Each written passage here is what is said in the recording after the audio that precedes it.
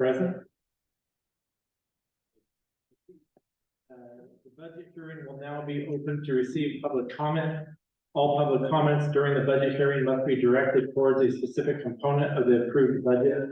The board will listen and possibly ask clarifying questions, but generally will not comment on information we hear from the public. And now we will wait for approximately 5 minutes. Do whatever you want. So we did not, board members Ron, we do not have any public comments directed towards the budget. We did not receive any electronic. Business manager, Dennis and I had talked and feel that leaving 5 minutes is appropriate for anyone that may be rushing over here. If anyone needs to take a break, mingle, you can do whatever you like. If anyone comes in for public comment, we'll call you and then Ron will adjourn the meeting in a couple minutes and then we'll start the regular meeting.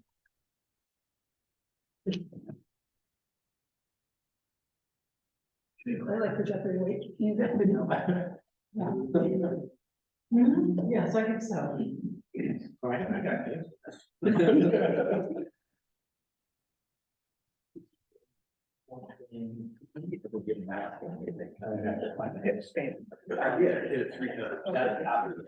Not very nice. Not roll. Good.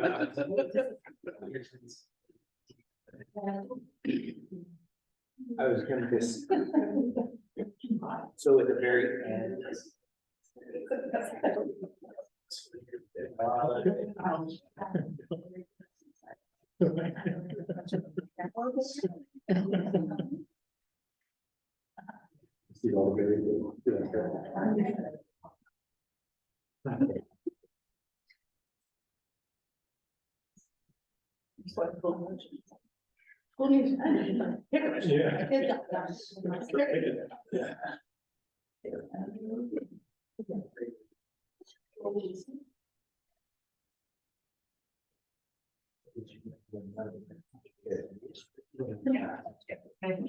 He said he never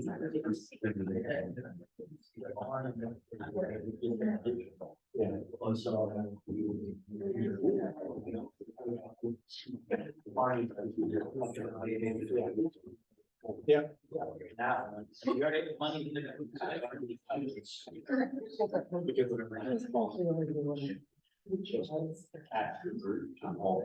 okay.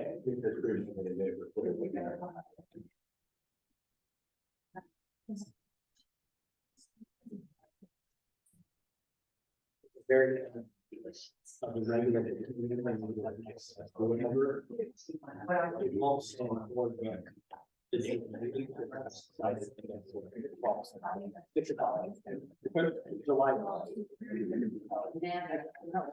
Yeah. No, the next one, at the end of this. At the end of our regular. It's gonna be a different time.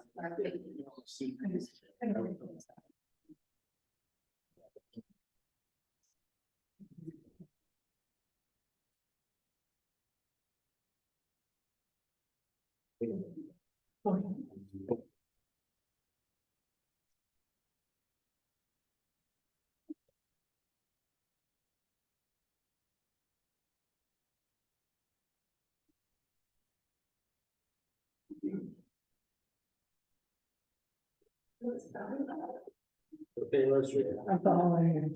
Awesome. Certain falls. Pretty excited to hear how North Idaho is. Yeah, I'll let you guys. Are you gonna be walls?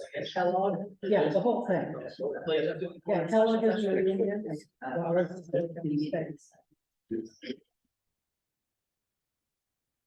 Not too far from the. 20 seconds. Yeah.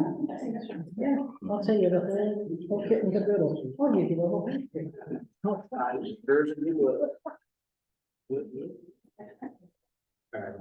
we're good. Okay, we'll go ahead and close the budget committee meeting, and now we will proceed to go ahead and call to order the next school district board of directors meeting at 6:07. So if we can all rise the flag salute. Pledge allegiance to the flag of the United States of America and to the republic which stands one nation under God, indivisible, with liberty and justice for all.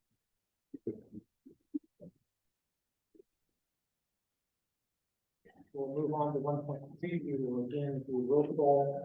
Let's see your name. Present. Will. Present. Leslie. Present. Dana. Present. Yes, present. Moving on to 1.4. Just welcome to the public. The board appreciates your participation in the education of our students and welcomes your continued engagement. And move on to 1.5 for approval of the agenda. Do I have a motion? I move to approve the agenda. Second. Second. All in favor? Aye. Passes unanimously. Then we move on to 1.6 for Banks High School leadership.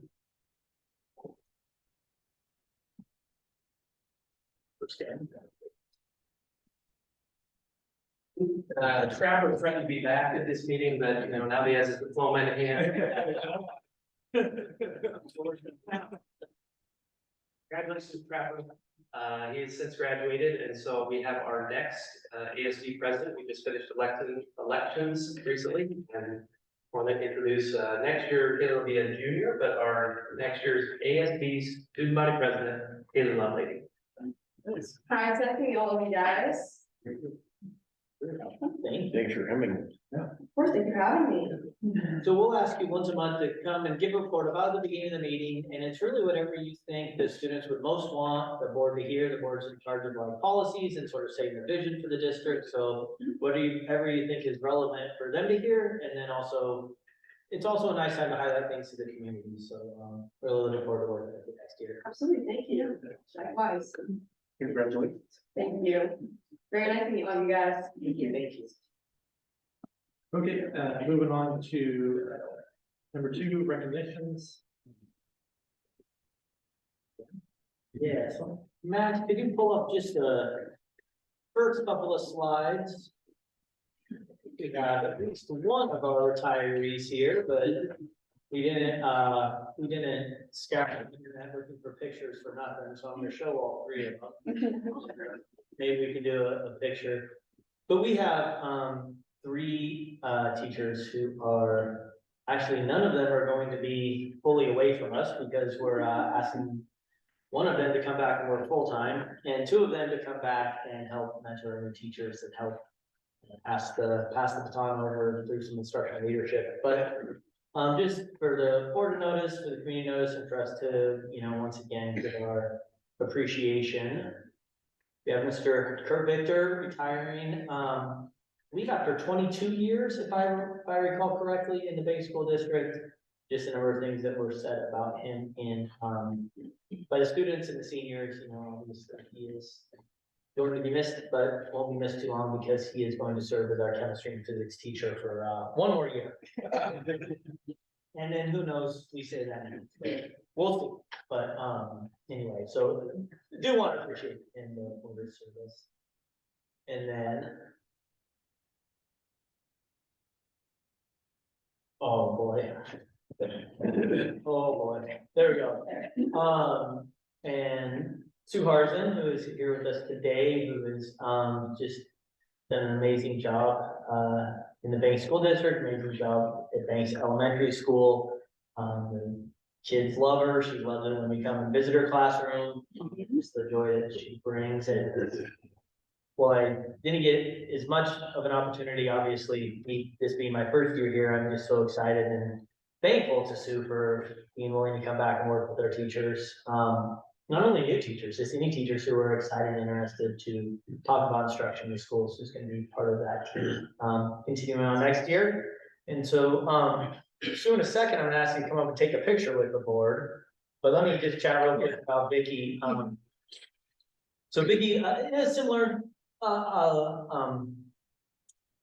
next steps is Sue. Vicky's gonna be coming back to work with us a little bit, with some instructional leadership, just applying some things on the side, and I think one thing I didn't mention about Sue is, at least one of her children is a teacher, but both, I only know Sarah. One's a teacher and one's a student supervisor. Okay.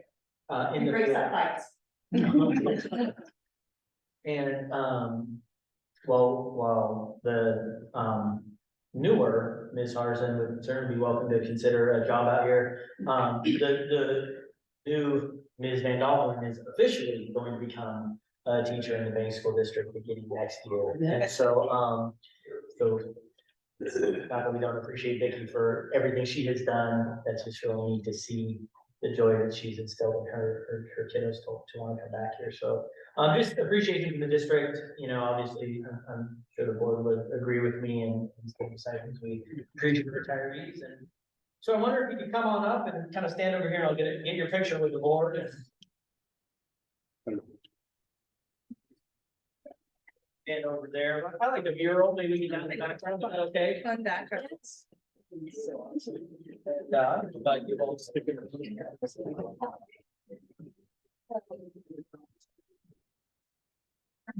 Oh, yeah. Yeah, just, squeeze in a little.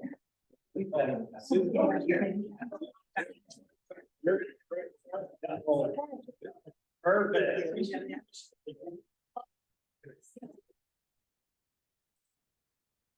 All right. You don't have to be quiet, it's only a picture. 1, 2, 3. Perfect, thank you so much.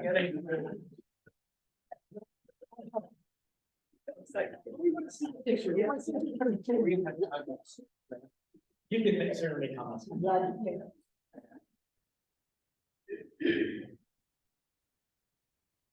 Assuming about those areas. Yeah, I just want to say that these three people, Sue and Vicky and Kurt, are, from my standpoint, an example of what makes Bank School District as great as it is. They are the people that have made it what it is, and hopefully they're going to leave a legacy that's going to follow them. I speak though that both from this position, but also as a parent who have been taught by those three people and benefited from their amazing influence throughout their years. And my kids wouldn't be what they are today without you three and others like you in the school district. Thank you very much. Okay, thank you for that, Bill. I'd just like to say one thing. Yep. So, Sue started out as a sub many years ago. And I was in a classroom that was really kind of hard. But when she came in, it was like spring. It was my best day ever when Sue would walk in.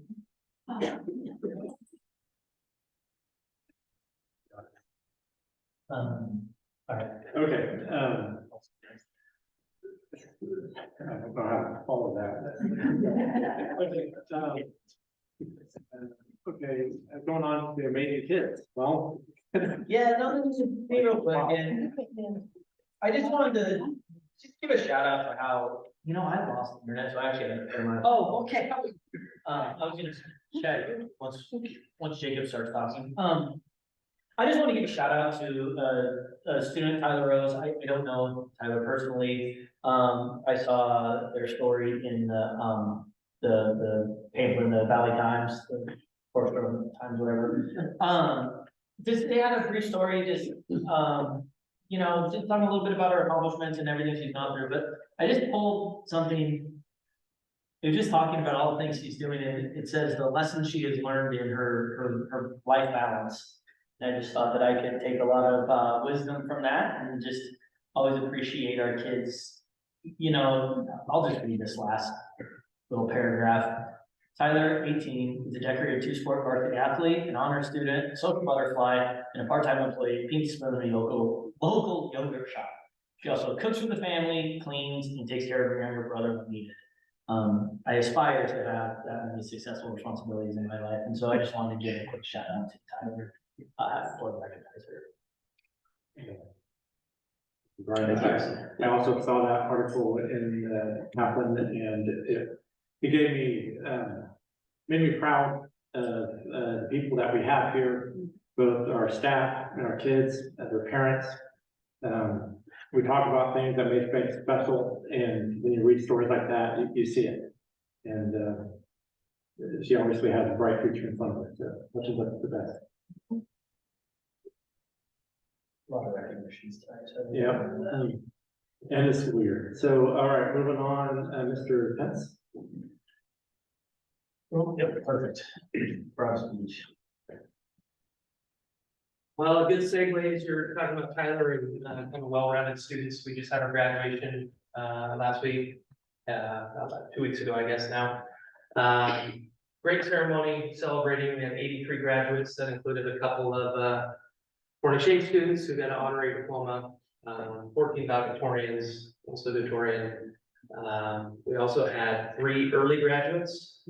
And one thing we didn't mention, we also had 3 students this year come back and finish their 5th year, during their 5th year, which was awesome. So just a really fun year, a lot to celebrate. Ben put down some cuts here, just kind of how things went in the spring as far as extracurriculars. I was at the FFA banquet the other day. We've had an amazing turnout this year for FFA, a program that's really growing. Miss Erica Lepshot is a new teacher, also an alumni from Biggs High School. And the numbers have skyrocketed, both the numbers of students joining FFA and participating, but also the number of competitions and activities they're going to. So they were in Ontario, they were in Roseburg, they were over on the coast, all over the state. And I think they shared something like 96 different individual competitions that those students participated in this year, and different career-related activities and competitions. So really proud of that group and everything they brought home. They always get the nice blue, red, like the ribbons you get at fair, but they get ones to hang in the classroom for all their accomplishments, and brought home several of those. Want to highlight our band and choir. That's also another growing program. They performed at our graduation ceremony, which is the first time I think in 4 years. So it's great to have them and see them out there, especially those seniors, their last opportunity there in high school. Drama performed 3 shows of James and the Giant Peach. For those of you that went and watched that, it was a really entertaining show. They really focused on the technical aspects of theater. There was lights and seagulls flying around the city, different types of dancing, and all sorts of things. I brought my elementary age kids and they loved it. They had a really good time. So big thanks to Madeline and congratulations to all those students that take part in our drama program. As far as athletics, our girls golf team placed 5th in the state. That's the highest finish in program history. So very impressive for our girls golf team. That was the first time that they had qualified for state as a team in school history as well. So an amazing year for girls golf. Something that was interesting in girls golf, however, that was really sensitive, is 1A through 4A. So they were competing, I think one of the teams ahead of them was Duper, which doesn't have a golf course. And then Crook County with, 850,000 kids, whatever, with a municipal golf course and everything in between. So tons of teams competing at that level. We were 5th out of that state. Really proud of the girls. Girls track had an amazing year. They were Coastal Range League champions. They placed 15th in the state as a team. Freshman Jaden Bantham took 13th in the javelin. Freshman Jessica Compton took 6th in the shot put. Junior Emily Jordan took 14th in the triple jump. Freshman Kylie George took 12th in the pole vault. Our 2 relay teams took 9th and 12th respectively. Freshman Malia Stewart brought home some hardware. She took 3rd in the 300 for intermediate hurdles. And junior Ireland Wilson took 15th in the 1500 and 11th in the 3000. 2 races I will never do, and and capped off by freshman Sophie Schoolmeister was the state champion in the 800-meter run. And I can't remember how many tenths or thousandths of a second from breaking the all-time state record. Really impressive. Sophie Schoolmeister had an outstanding season. Our boys track were also Coastal Range League champions. They placed 6th as a team at the state meet. Freshman Cash Mandola took 12th in the javelin. Senior Davon Green took 5th in the shot put. Senior Jack Lyda took 10th in the long jump. Senior Caden Harris took 2nd in the pole vault. I think jumping something like 13 feet, which is way up there on a pole. Our 4x400 relay took 2nd in state, and our 4x100 relay team took 10th in the state. Freshman Alex Abnall took 13th in the 1500 meters. Freshman Amin Diani took 3rd in the 800. And again, capped off by senior Cole Crossan, he was the state champion in the 300 meter hurdles. Between the two programs, you might have heard freshman. The future is bright in the track program, both boys and girls winning the league championship, very impressive. And it was just amazing they were able to go compete down at Hayward Field in Eugene, where they're doing world championships and national championships, just a really impressive venue. I think the kids had a great time just being around that atmosphere. Our softball team took 3rd in the Coastal Range League. They won their first round of the state playoffs and ended up a couple days later having to travel to Burns and lost to the Burns Highlanders, who went on to win the state championship. Pretty exciting fashion. So good season for our girls softball team. And we capped it off with baseball. The last possible game in Oregon for the last possible sport Banks was playing in. So 7 o'clock game in Eugene. We were playing Cascade Christian.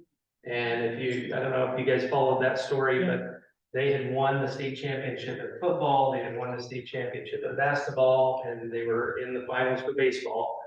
We were the last team to win that, called the trifecta, so we were standing in their way, and so the kids really kind of got up for that. They played a great game. They won 3-0, and ended up with a state championship, and had a really, really impressive game. Wyatt Hesseman was the pitcher of the game, and the state championship game was a player of the game. And recent recognition came out, Logan Kine was the overall best baseball player in the 3A classification. So pretty amazing year. Again, that's a lot of achievements for just the spring. We go back to the winter, the girls winning the state basketball championship, flag football, other things, in the fall, just an amazing year. So really proud of the students and how they've bounced back after the pandemic, and not only achievement, but our participation numbers. As I mentioned with FFA and band and all these sports, we're having more and more kids participating in all sorts of activities, which has been awesome, great to see. So that is our report.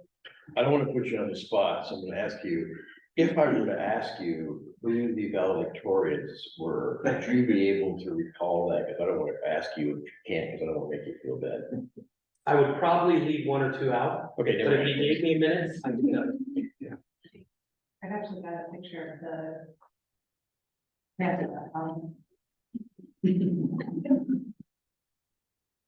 Yeah. Yes, I do remember the valedictorian.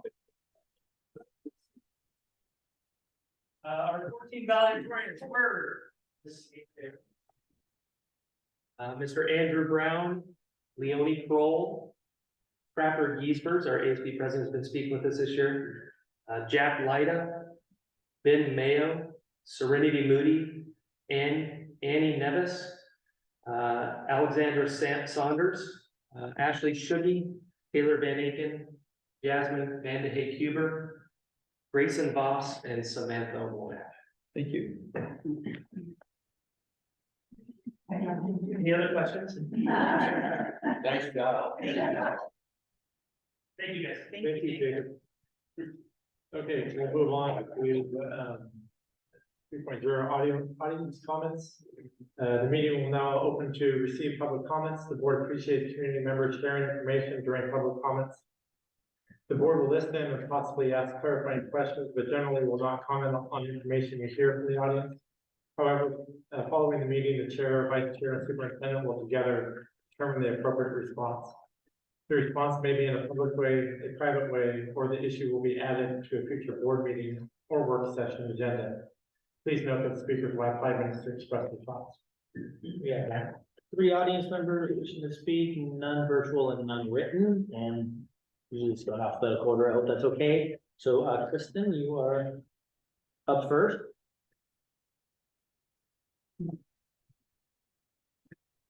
I didn't write a speech, so I'm just gonna make it, in the spirit of recognition and appreciation. As a community member and as a member of various committees, this year, I just wanted to take some time to recognize and appreciate the work that, Dr. Sika has been doing this year, trying to include community voices in the process that you guys go through as far as the school goes. I know that I don't see even a small percentage of the effort and time that he's put into his job this year, but what the part that I do see, I can see that he's working very hard and making sure that we're part of the process, and I really appreciate that.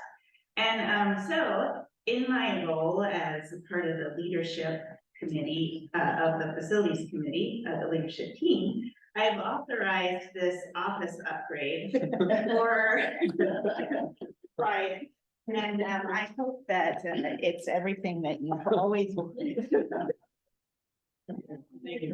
Celebrating your first year with our district. Yeah, you have to. Yeah, now.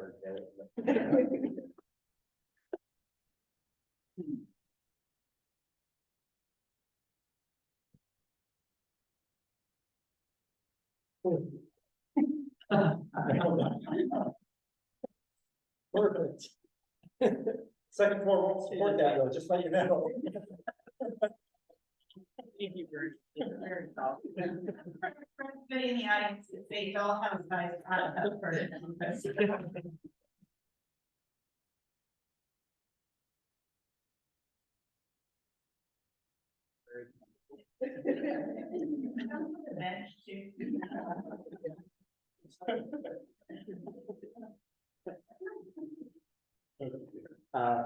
Ms. Bear. Mine's not nearly as fun. I was just going through, I was putting together my field use request for soccer and ran into this issue last spring, and we put in our request too, is that Julie Turner and I noticed that our soccer season and most of the sports seasons are not aligned with the periods of authorized use in the board policy.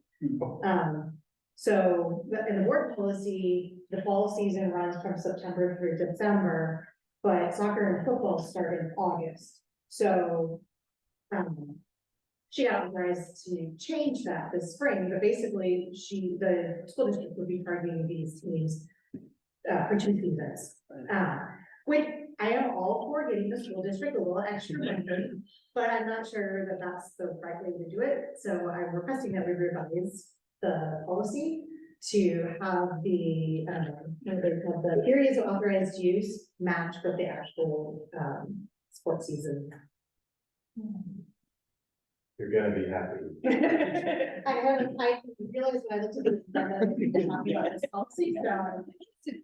There we go. Thank you. And Amy.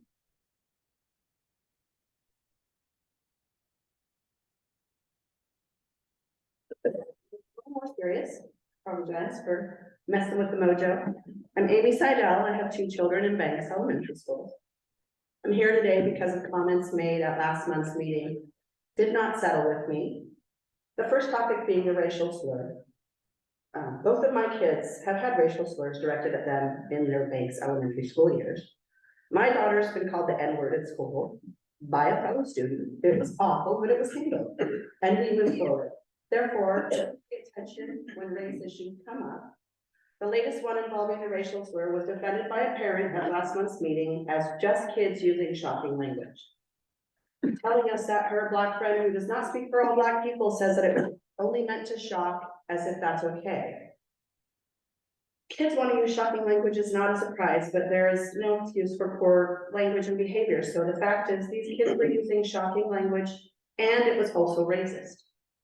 It can be both, and it needs to be handled with both in mind. I believe that you handled it well. I'm just trying to give a counterpoint to say, I was hoping a parent would acknowledge that this is a teachable moment with empathy and acceptance, but not defensiveness. It's disappointing when people claim to care deeply about all yet make excuses. The other topic involved a 5th grade writing lesson, which was presented as inappropriate as it had no explanation and brought up race. The parent did not represent that assignment accurately. She claims that our school district should not have approved that assignment, as if they were negligent in curriculum approval because they had no guardrails. That such an assignment is trying to poison the hearts and minds with race narrative. I don't know what that's based on. I'm confused about that. I wholeheartedly disagree that a writing assignment rooted in history was somehow inappropriate. I know this because I contacted my daughter's teacher, and the response was as follows. It was a standard compare and contrast characters, setting, and events. The story takes place during the civil rights movement when African Americans were discriminated against. The student had to compare and contrast the main character Willow to Rosa Parks. My class had a really good discussion on civil rights, and it was an excellent learning experience for my students. From what I remember, your daughter and the other child of color were very comfortable with that discussion and offered many insights. That thrilled me because after talking to my daughter at length, I did not feel that it made her weak and suspicious and doubtful or lacking confidence or dependence, as others have asserted. To claim otherwise is irresponsible, and I'm proud of my daughter's critical thinking and what she's learned in Banks about American history. I want my kids to take pride in being American, and with that comes an empathy and understanding of moments in our history, for concern and reflection, but also for celebration and admiration. I think it's unpatriotic to not want to know our country's full history and attempt to censor it. I wish people who are consistently not happy with the curriculum here in our public schools would take it up with ODE instead of here.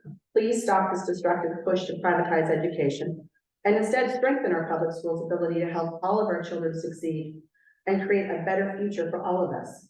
There's no need to stir up make-believe issues when we have so many obvious ones that are legitimate. I wish we could focus on how we can provide more for our schools, more electives perhaps, expand our trade schools. But we need to get a high school desperately. And it feels like all of this bashing of the schools and the school board is just putting a shadow over our school district. It's a huge distraction.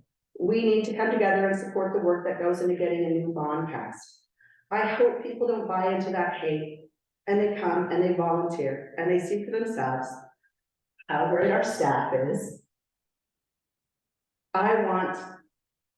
We do not want to have to, we don't have to agree on every issue, rather, to create a space for our kids to thrive here in Banks. I thank you for your time, and I just wanted you to know how much I appreciate the school. You might not hear the positives. I'm here for positives, even though it sounded a bit serious.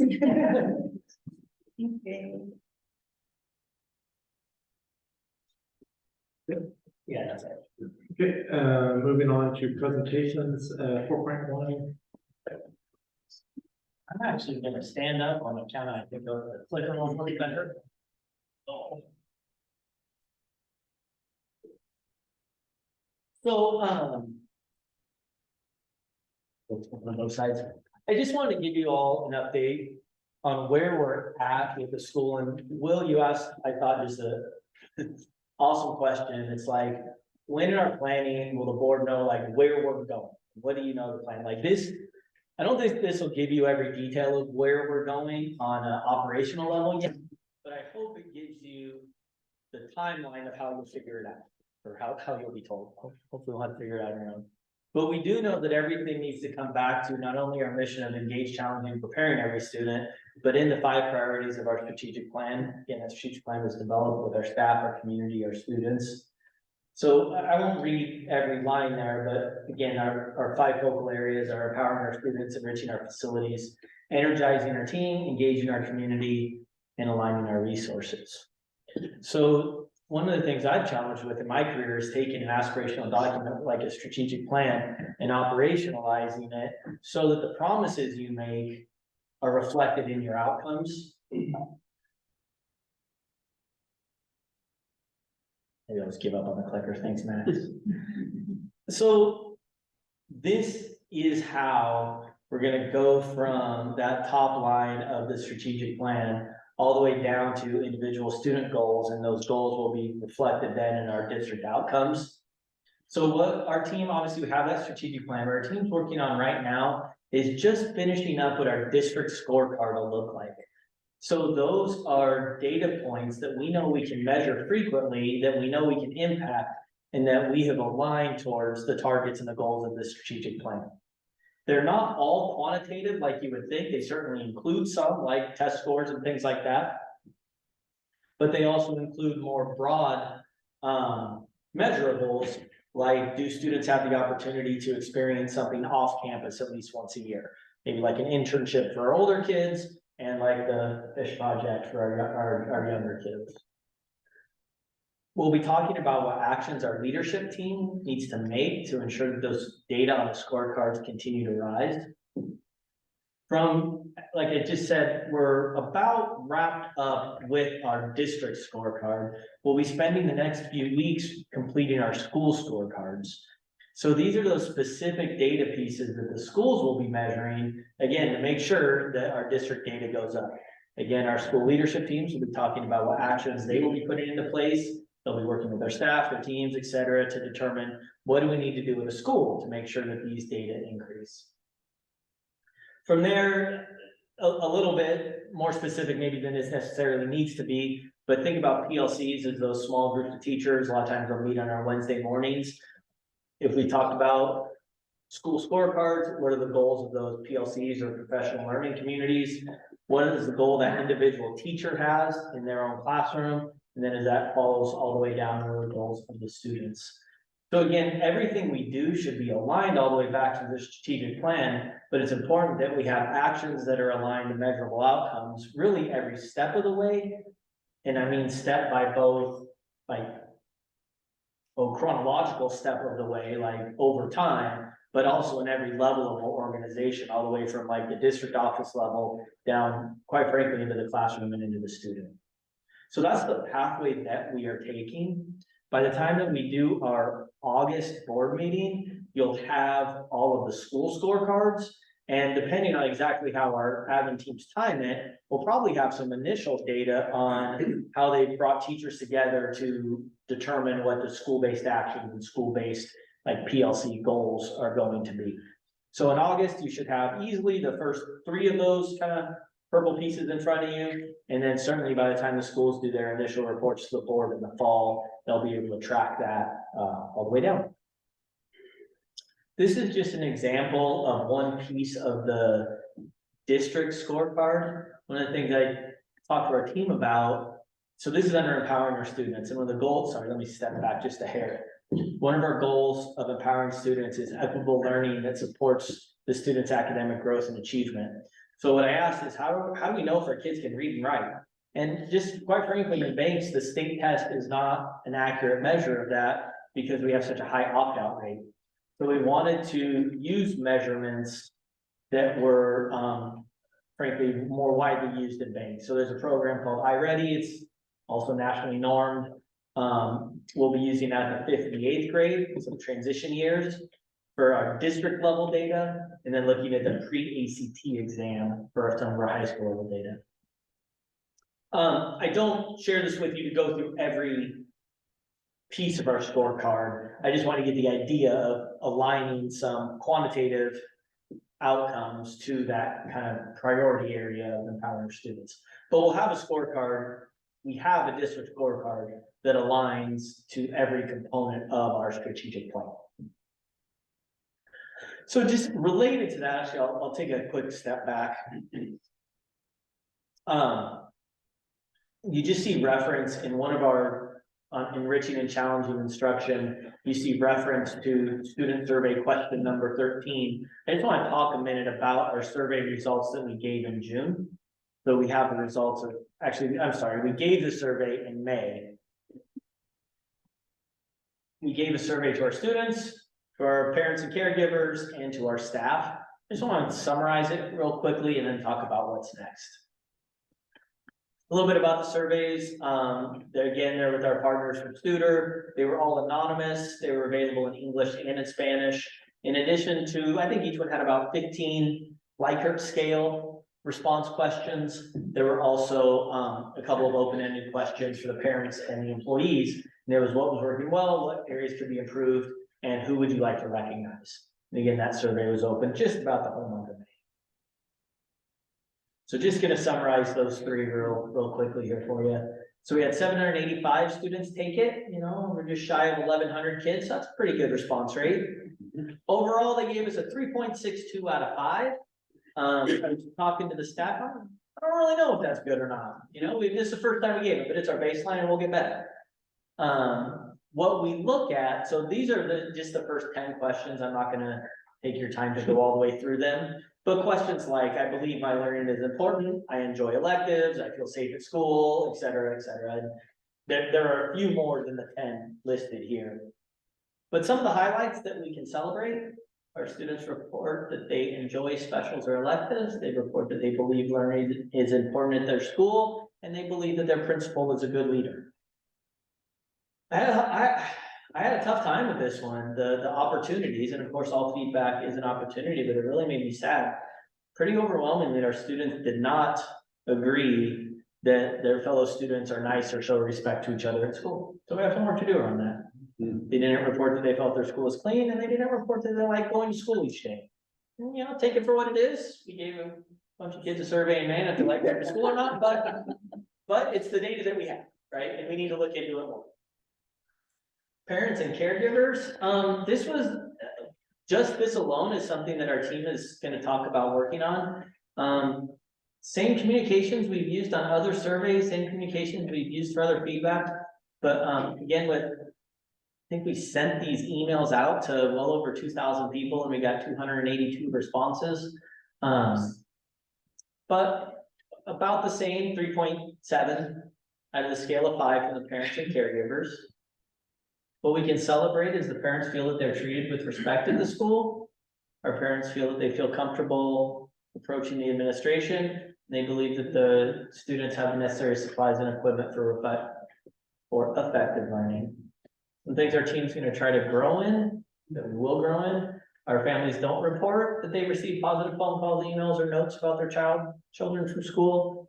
They don't feel they receive feedback from school staff on how well their child is learning, and they don't believe the school rules are enforced consistently.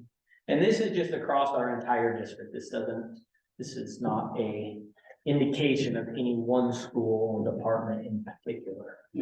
But like I shared with staff the other day, all feedback's good feedback. We'll learn from this, we'll grow from this, and we'll make efforts at change. Our employee survey, let's do the similar thing. This is a great response rate. Depending on, not who you count as employees, but depending on if you would expect like subcontractors like Sodexo to fill this out, we have somewhere in the ballpark of 220 to, I think that's kind of the right number, is we would have expected about 200, not 200, excuse me. We would have expected about 120 people to have filled this out. So we got 105. So really, really high response rate. Our employees gave us the highest. We were 3.92 out of a 5-point scale. Again, that's just our baseline. We're going to get better. What we can celebrate is they believe that their work positively impacts who they serve.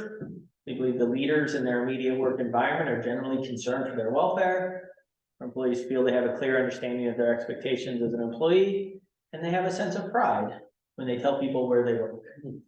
Opportunities for us to grow, both the two big ones were really around resources and communication. I don't know, it's terribly surprising, but it's areas for us to focus on, areas for us to get better. Feel that organizational level resources are allocated to maximize effectiveness across the organization. We did not, right? They did not respond to that as the agree or strongly agree.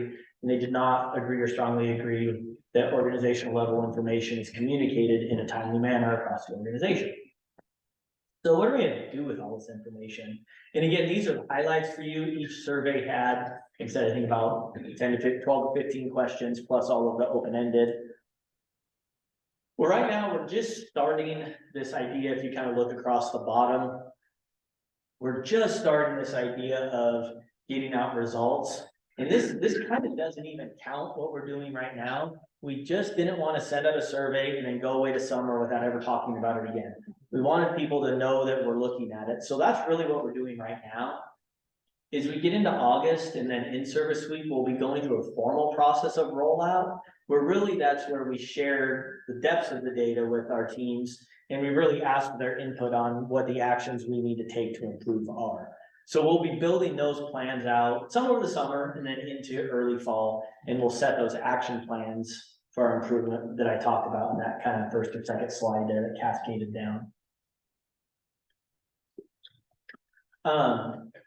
Again, what that'll look like is we'll be engaging students, parents, staff, the conversation about those specific actions. What should we keep doing? What should we consider to improve?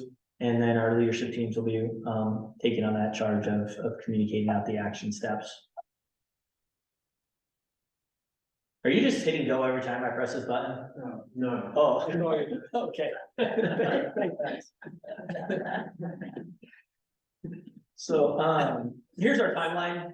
June, this is what we're doing, just kind of teasing it out. Our leadership team's meeting one more time for 2 all-day meetings next week, 21st and 22nd, where we'll really dial in our plans and work for summer and then get us ready for August. August is an official rollout where we work with our teams to, this is just specific to the survey, but this is really for everything in those scorecard plans.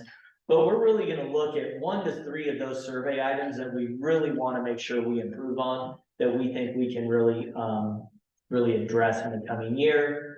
What I like most about this is we start executing our action plans in September. By October, we're already doing some pulse checks. And then November through May, we look each quarter at getting, data pieces in. And then if those data are not heading in the right direction, some immediate, immediate course correction type plans. And so what you can expect next year are early fall descriptions of school scorecards and action plans. And then each quarter, an update of not only a reflection from the leaders on how the actions are going, but a quantitative check on how the scorecards are going. We really are making sure we have data that we can collect throughout the year and not just wait till the end of the year to be able to assess our progress. Thank you for giving me the opportunity to talk that much. I appreciate it, and I would happily answer any questions if you have them. It's okay if you don't. I noticed our new website doesn't yet have a lot of reference to this kind of stuff. Do you Yeah. expect us to use it for that purpose? Yeah, I think everyone knows Max in here, but Max already is proving to be a great addition to our team and is gonna work with us to get, I think this year accomplishing getting a website up was great. And now we need to work on kind of managing it and making it a more useful tool to community. So I think this kind of stuff, these scorecards are meant to be public documents. So, yeah. Well, and even the early slides, just what our mission, reminding what our mission is and how it breaks down. I think that's critically important. Yeah, that's great, Will. Absolutely. Any other questions from the board?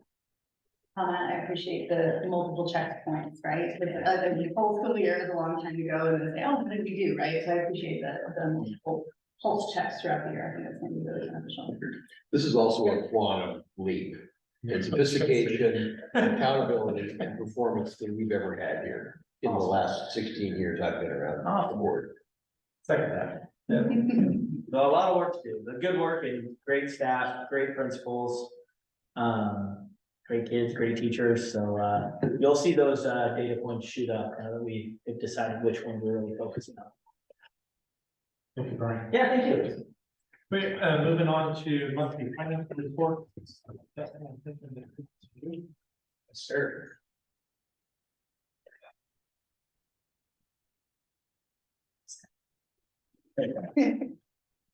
So if you want to take a look at the report, your board packet, it's also available on our website.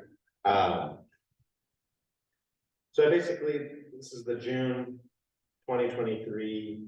I actually updated it through the end of last week rather than just May, so to capture as much information as possible. This is basically just our final look at 22-23 fiscal year before we reach the end of it on June 30th.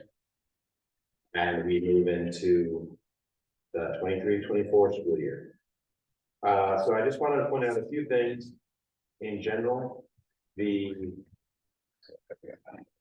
The report, the resources and requirements, the revenues and expenditures are largely in line with prior reports I've given you and what we were expecting.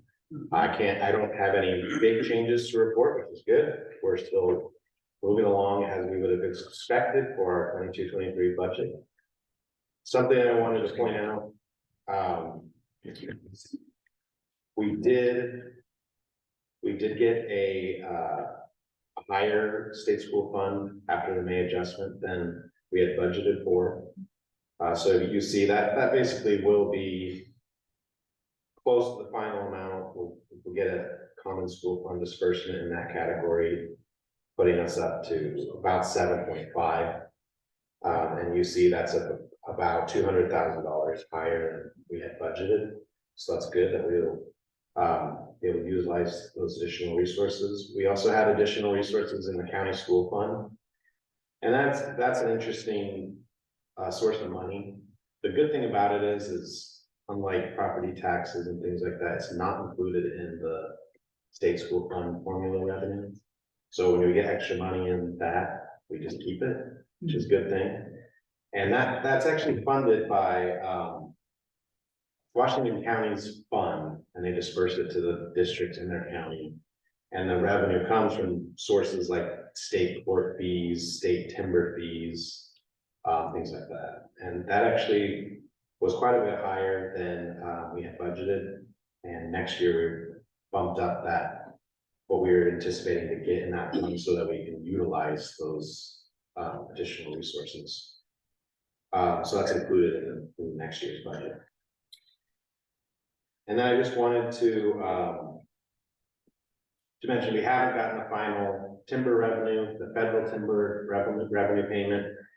That's always kind of up in the air. We don't know exactly what it would be, but if you look at that, 559,000 is what we received so far. We will get at least one more disbursement. So I would say at least the budget we have of 750, if not higher in that category. And then just wanted to show you the expenditure categories, that they all are basically in line with what I would have predicted for the budget, within a few percentage points. I've done an analysis between budget to actuals, and they continue to be aligned, similar to my prior reports this year. And then I just wanted to mention that we had the budget transfer earlier in the year in special revenue funds from instruction to support services. So factoring that in, I am now, after reviewing and projecting appropriation levels, I anticipate that all of our appropriations will be within budgeted levels at the end of fiscal year 22-23, which is good. It's where we want to be. And that's basically all I had. If anyone had any questions, I'm happy to answer. What's the, what are the fees we have to pay back? We've been over appropriated from some of the funds that came to us during COVID. But there's a couple $100,000 that we have to pay back. As far as I know, we're not losing any. COVID relief fund? Maybe. Well, there was some talk of that with the debt ceiling at the federal level, but that didn't go through. So we do have about, I think it's about 500,000 in ESSER 3 money still that we have budgeted, but there's no risk in giving that back unless we didn't spend it by September of 2024. It was an expense that we had to pay back. I wish I can't recall exactly what it came from now. Yeah, feel free to reach out if you remember that. As far as I know, we've been really prioritizing, utilizing every grant revenue we have to the fullest extent that we can, trying not to lose any of those funds when we have them. So we try to say about that. Justin, when you're talking about the county school funds, there's a pretty significant percentage increase. I mean, they're not smaller, but so you said that money is not currently allocated in our budget? I would say this year, we didn't necessarily receive additional benefits. It's gonna go, it was part of my calculation in our ending fund balance. Okay, so it rolls over to the end. Yes. Yeah. Yep. All right, thank you. Thank you. Okay, moving on to 5.0 consent. Do I have a motion to approve the consent agenda? Make a motion to approve the June 12th board meeting consent agenda. All in favor? Aye. Passes unanimously.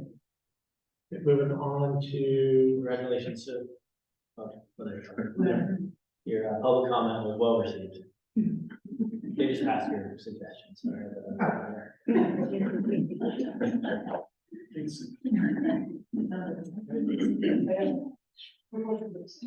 sorry. Okay, discussions, first reading of math. Think, Charlie, we plan on talking ELD at the same time. Yeah, I can do that. Okay, so it's kind of two adoptions. Okay. Might as well just have our own. Only have to come up once. I'm gonna go super old school on you, give you a piece of paper. Thank you. Thank you. I personally like to write videos and other kind of things. So, okay, I'll do math first. So I'm just, I'm here tonight to give you an update on our instructional materials adoption for math, which is super exciting that we've been working on, this year.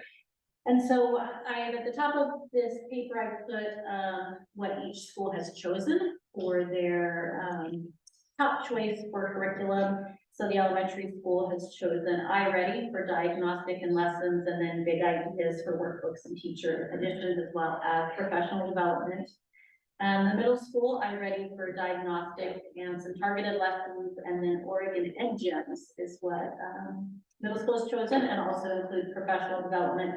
The high school is a little bit different. They went with a couple of different textbooks just to meet their needs of the classes that they're offering. So they chose Big Ideas for integrated math 1 and 2 and algebra, Cengage for statistics and probability and financial algebra, Pearson for pre-calculus, and then also professional development to go along with that. So what I really wanted to focus on tonight was just the process that we've used this year to do our math adoption. It's, I think, been a much more kind of rigorous process than we have used before. So we really started out with discussing in our math teams. We pulled math teams from each of the schools and met together, and we started by discussing, like, what does a classroom experience look like? What do we want our math classrooms to really look like and feel like and sound like? From there, the teams took input on any curriculum suggestions that might be out there. The teams reviewed the state approved list, and then we ordered curriculum for the teams to review. They also compared that against their priorities. So each school team kind of established their priorities, and then they reviewed and held that up against what their priorities were, and then narrowed it down to their top couple of choices, and then met with representatives from each of these companies, asked them the questions.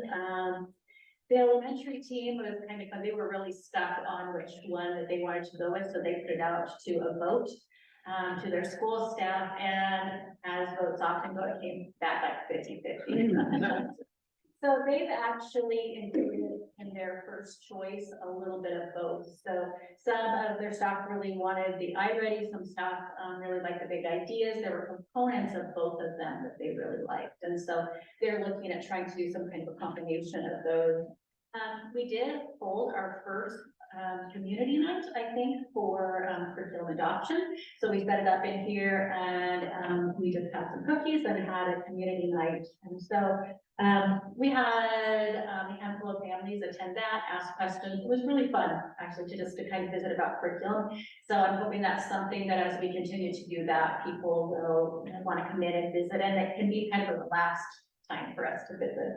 So here we are, now with the board presentation and action, and then we also want to order, get the curriculum ordered, as soon as we can. With this being the first reading, what I really am here tonight to do is just kind of let you know that if there's any questions that you have, any information that you would want, I am happy to get that for you. I don't know that I would know all the answers right now, but my teams, the teams are experts, so I can get that and then come back to you. I also wanted to just mention that, depending on, where our funds are for ordering these things, we're gonna maximize our dollars and get as much as we can, that the teams are asking. So in the approval, we have all of the things that, they're really wanting, and then we will maximize the dollars to get, as much as we can for each of the school teams. So that's kind of the math section of it. Some questions, more information that you need, what can I do for you for the math adoption? I'm curious, obviously, curriculum adoption is in effect the route you're going to take to a destination. How is the destination defined? Are you speaking of destination as far as priorities or goals or? How do you measure, how do you establish what level of whatever it is, technical knowledge, conceptual insight, problem solving, whatever, how do you measure? First, how do you decide what level you want your kids to be at each grade? And how do you measure that to be able to say, okay, what are the curriculum choices that will take us there? Yeah. What's that measurement? I don't know if I can speak to like a particular measurement. I can talk to you about the process that they went, and then I can get more information for if you'd like. But the process that we started with was, what do we want it? What is the outcome that we're looking for? Yeah. Is it that we want students talking about math? Okay, so what's a curriculum that really supports that, math discussions? Do we want hands-on, lots of manipulatives? And it's kind of different at each school, obviously, at the different levels. And so the teams really work together to establish that first. When I say priority, I think that's kind of what I'm talking about too. Like, what are the things that are really important to us? And knowing our kids and where we want them to be. And then they measured these different. So that would be qualitative as far as I'm concerned. Sure. Very valuable. Are there quantitative? I think the quantitative that we use would be more around our diagnostic data. I think as far as connecting that to the curriculum and knowing if it's the curriculum that is getting us there, I don't know what would be a good measure. I think there's a combination, right? I think it's the curriculum, but I also think it is the instructional strategies that we're using in the classroom too. Yeah. So I think that really looking at that data and doing deep dives, and sometimes we look at curriculum and say, like, we need to do some things differently, right? If our students aren't mastering the things that we are expecting them to master. I don't think it's always, I think we shouldn't blame it on the curriculum. I think we should analyze that and then analyze what we do in the classroom as well. And our instructional strategies going. But definitely the iReady at the elementary and the middle school are kind of our diagnostic and our data points that we'll use. And they're also on the district and school report cards that we're establishing. On the high school list, I don't see geometry, algebra 2, or calculus. Are those, or are we calling pre-calc? Two? You gonna be under here? Yes. Jacob threw me around, they bring out my own brought the, diagram, but I'll just let it. I don't have my notes with me, but essentially, our previous model was, and kids can start at different levels, but basically freshman algebra 1, sophomore year geometry, junior year algebra 2. And then that met the requirements for a high school diploma. There's also different tracks that students could go through. The track mostly led towards calculus. ODE recently came out and they're promoting something called the 2+1 model. So giving more of a foundation, and then that third level instead of algebra 2, getting out of trigonometry or pre-calculus, or is to have more variety as students start choosing the path they want to head down. So we are still going to have that track where students can access grade pre-calc and also calculus. But one of the things you notice, even like on the state test and what they're analyzing, is a very small percentage. I think it's less than 10% of the tests on the test questions on the state math test were on geometry. Yeah, we were dedicating an entire year to geometry, so it just wasn't matching up. So the integrated, we felt like it covers algebra. Not just algebra 1 or algebra 2, it covers algebra, it covers geometry, it covers statistics. each year, and it grows on it. So I think this first year will be difficult as we transition from our old model. Especially those students who had Algebra 1 and now would go to integrated 2, that maybe haven't had that geometry, but they're kind of in a geometry second part or statistics second part. So I think there might be a little growing pain this next year as we make that transition, but the staff are aware of that and are talking how they can support those students. So for this 2+1 model, rather than algebra, geometry, algebra 2, and then moving into trig pre-calc and moving on towards calculus, they'll start with integrated 1, then the next year integrated 2, and then the next year they can choose algebra 2, or they could choose statistics as a full year, statistics, data science, or they could choose like a financial algebra. And then talking about Brian, I don't think we have that yet, but some sort of like construction math would be another option or another pathway that students could choose. So I think there's a little bit more variety, depending on their needs. There is one class though that's not listed, that they felt like their current curriculum was already new enough that they didn't need to order new textbooks, so that's not on the list. The other books that we're using, most of them are from the 90s with the covers falling apart, you've all seen them, that are definitely in need of replacement.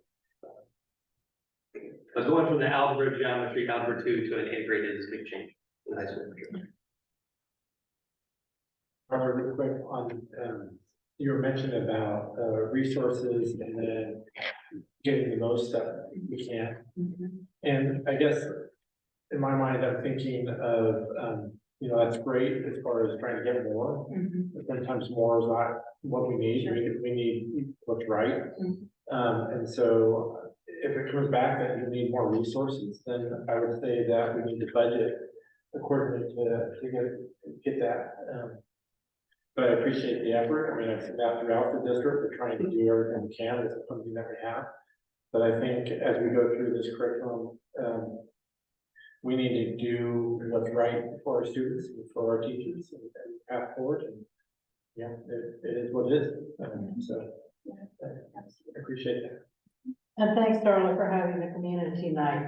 You know, we've had people come to our board meetings and say they want more things open to the community. I appreciate you doing that, but I am sad that it was only a handful of people. Well, we'll grow it. Yes. Right, grow it. Well, yes, absolutely. And you know, one thing I want to mention too, Ron, just with your comments too, I think that, one of the things that makes me really proud is, so obviously the elementary curriculum is always the most expensive, curriculum because we have the largest number of students there. But our elementary team spent a lot of time being really thoughtful as far as, you know, what are the most important things and kind of prioritizing those. So I feel really proud of all the teams, but that one is a big purchase. Okay, so the other thing, this is just a quick, just, Yes. Or just so I get you confused. yeah, So we're not asking to take action on that now, just in case you Right. think there's something or whatever, you have a first reading, second reading. This next one, Darla's gonna explain how this whole consortium thing works, but this is, going to show up tonight as an action item. And I think Darla will fully explain why, but I just want to make sure you heard them say. so just to clarify for the mathematics adoption, if we want, we'll be voting on this next month. Yeah, we'll put it in. Is that enough time to get the materials and the training for teachers? I think so. I think it is. I appreciate the question. Very good question. Okay, so the second one is a little bit more of a catch up. So, our English language development curriculum was, we received that in 2018. And the reason we received it then, and the reason we still have it, I want to talk a little bit about, our English language development dollars, we call them our Title III dollars. We don't receive a lot of money through our Title III grant.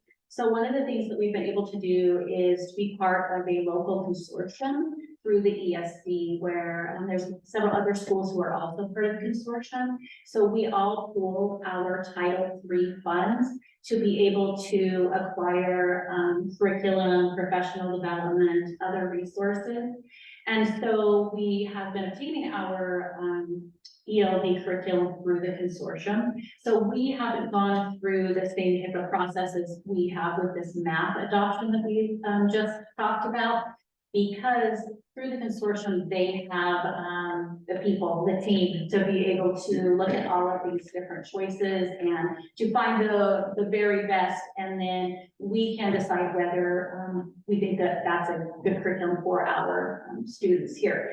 And we have like one person in our ELD department. So Terry Braun is our teacher and she does an awesome job. And so she's taken part in the trainings, all kinds of different trainings. She's gotten a lot of resources and all of those come through the consortium. There's also a state grant, it's HB 3499. It provides, it's through the PAC and the CSP, and it also provides training resources, and we've been able to access that too. So with our ELD curriculum, it is National Geographic, which I always think is kind of funny for an ELD curriculum, but that's what it's National Geographic engaged as well.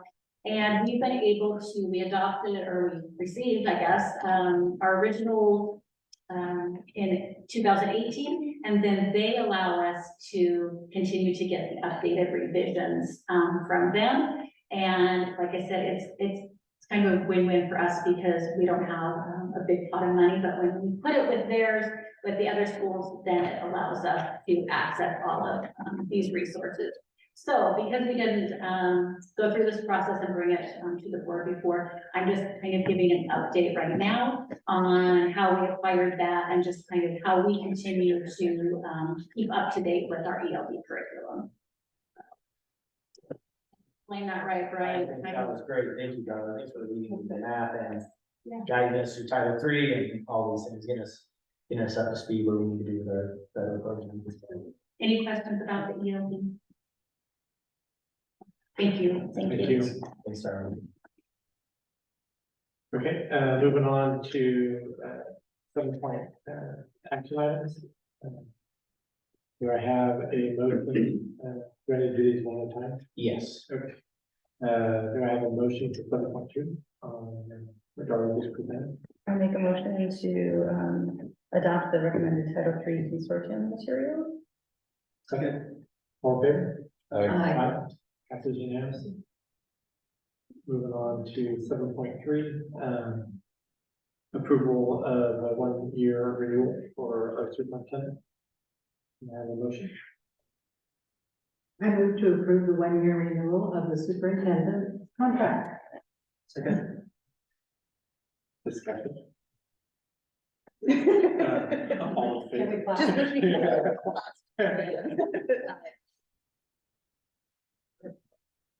Will, do I hear you? I said I. Oh, sorry, I missed that. Right, that passes unanimously. All right, moving on to 7.4, resolution to adopt the 2023-2024 district budget. And this, I need to, There's a lot in this one. Yeah. So that just. that's no problem.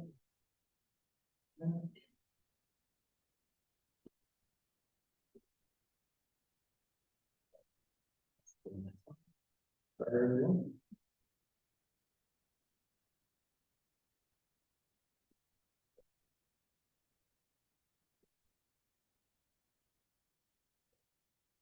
Yeah, no, You just have to, whoever that has to say resolution, and it includes all that stuff. all right. So do I have a motion? A motion to approve resolution 2023 June 01, which includes resolutions to adopt the budget, make appropriations, impose tax levies, and categorize each tax by its Measure 5 category for fiscal year 2023-2024. I second. All in favor? Aye. Passes unanimously. Okay. Moving on to closing items, upcoming items. Just to announce, July board meeting, we discussed that there will be a change, but there is. The change of the meeting will be July 12th at 6 p.m. And move on to board. Dan, you want to start? Sure, I'm gonna keep it brief, but, just went through graduation and handed out, the diplomas again. Just listening to all the kids, all the valedictorians talk about, the things that they like to accomplish, reminiscing on school. I mean, it was just wonderful to kind of go through that. I wish some of them would have been, 10 minutes like, what's his name, but it was really wonderful to see just kind of their school spirit. It was great to see everybody out there. And I'll leave it at that, and, thanks, we really appreciate everything you've done for the school district over the years.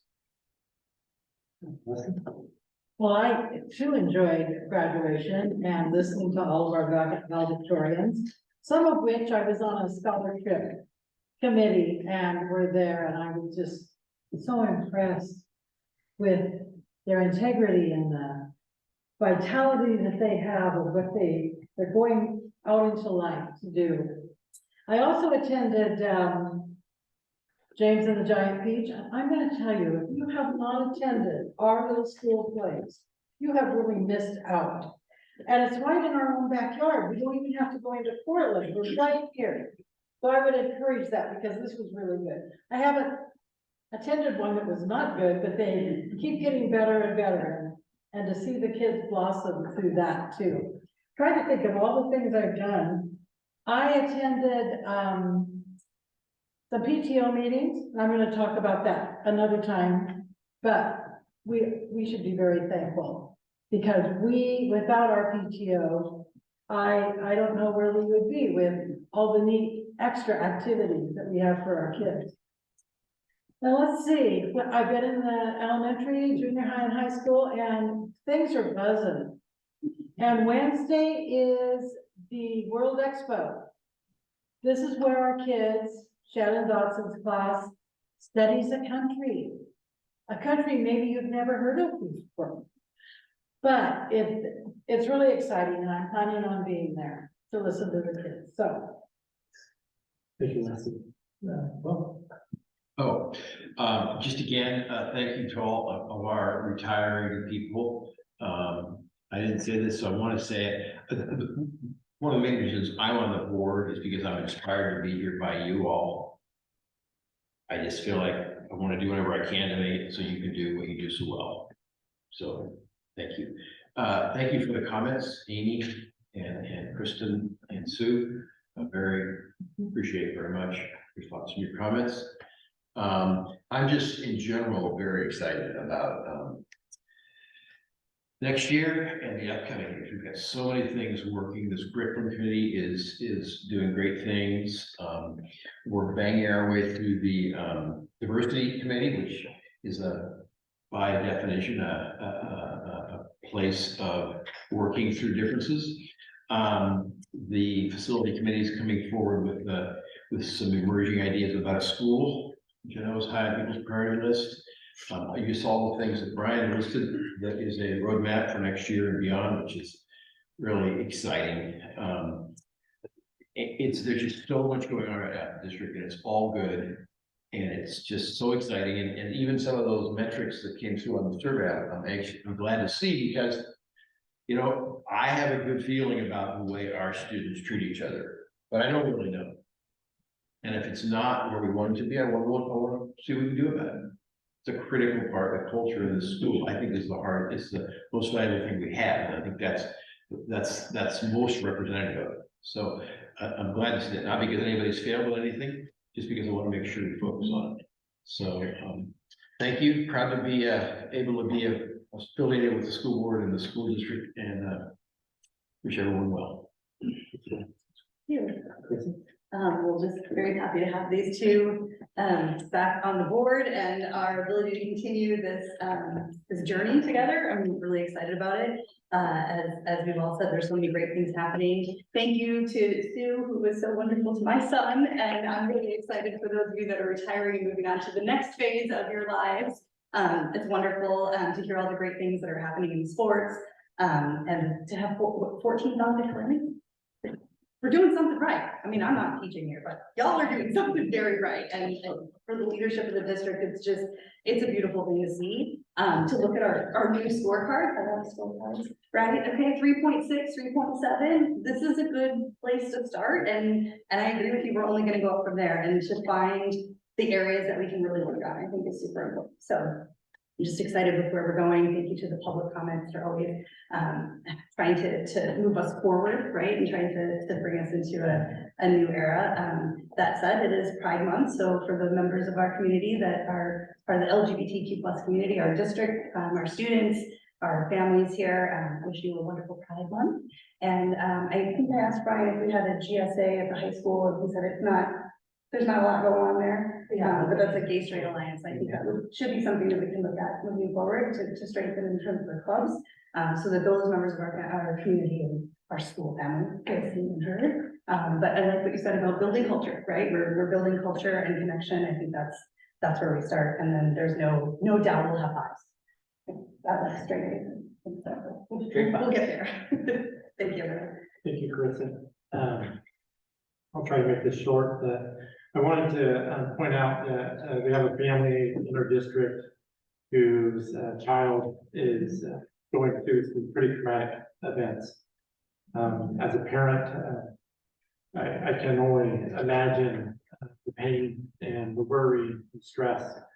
And I just want to let that family know that my family's thoughts and prayers are with them. I'm sure every board member is, our community. Even though you don't see us as a parent, I can't imagine anything worse that would happen. And I just hope and pray everything turns out well for that family. And then to move on, last month during public comment, we had a situation that highlighted language barriers. And during our process for SIA, we had identified language as a barrier for learning. And we're trying to take steps to do everything that we can to address that. As an example of that, we're starting to publish things this school year and in previous years, things in Spanish as an example. And we are looking at that policy to make sure that we have ways that we can address language barriers to make sure every individual has their voice. Their voice is important. And I know it's intimidating to come up to that lecture stand and speak in public. Not everyone does that on a regular basis.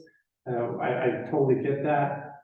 So submitting things in written, foreign written language, the district can also try to address and have that read out loud. Again, through our SIA process, we try to address language as a barrier, and we want to make sure that we continue to do that. As we end up towards the end of this year, the recognition for our teachers and our staff, our admin, our coaches, Jacob, you went through that. Our bus drivers, they're doing a tremendous job with trying to keep those kids in their seats and snow routes and all the things that they had to deal with. Having a graduation rate where it's at, Jacob, in the high school, it's completely impressive. To our students, the championship, all the individuals, everything that's going on. We talked about that and the positive energy that's going forward. It's tremendous. And lastly, a couple things here, sorry going out, but our retired staff, we have 3 individuals that retired during this year, and I think we take it for granted, and we actually talked about this in budget, about the tenure of our staff, and I think it says a lot about our district. I was talking with a colleague of mine whose wife teaches, and she was talking about almost a complete turnover of teachers in a school in a year, and I couldn't possibly imagine.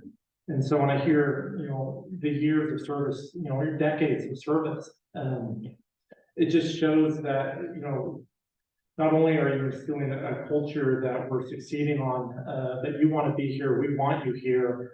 And so I thank you for your service for all those 3 that retired. And lastly, Brian, your first year, and it's been a year, all the events, thank you so much for your effort, and, I hope many years ahead. And lastly, I just want to wish everyone a safe and relaxing summer. And we'll go ahead and meet. Everybody. Thank you.